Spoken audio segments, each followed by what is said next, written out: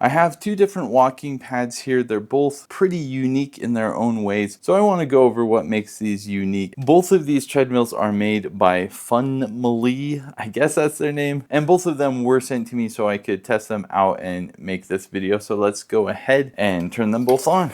Plugging them in, turning them on. Yeah, we got them both on.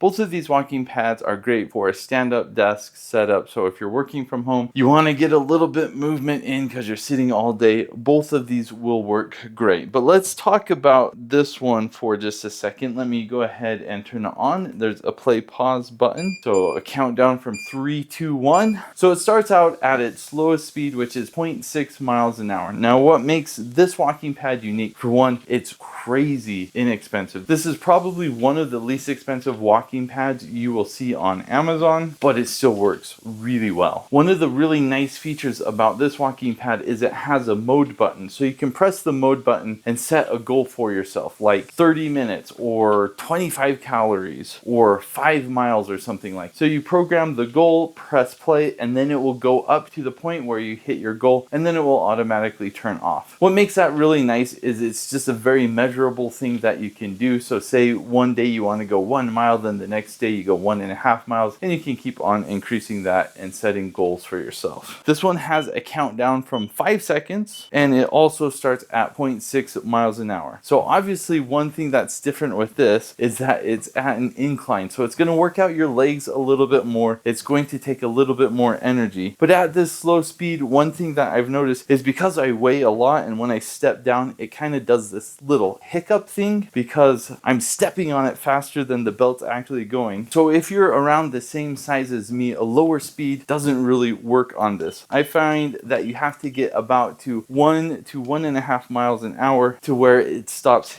hiccuping. So now I'm at about 1.5 miles an hour, and the thing I instantly notice is even at this slow speed, I'm getting much more of a workout than I am on this walking pad that's flat. So if your goal is more fitness based and you're just trying to get in better shape, this might be the better option. But if your goal is more for just movement where you still want to be able to work, then this might be the better option. So another nice thing about this one is it's not quite as long. So if you're kind of limited in space, then this might be the better option for that reason. But also you need to be aware, because it isn't quite as long, you're kind of confined to having smaller strides. Overall, I've been really impressed with both walking pads. My personal preference is this one because I do need to get in better shape and I do need the extra workout. And one thing I really like about this at an incline is I can actually turn this off, put it by my pull-up bars, and I can just run with it without any power at all. And I can get a killer great workout just running as fast as I can if I really want to do some HIIT training or something like that, just to finish off an exercise.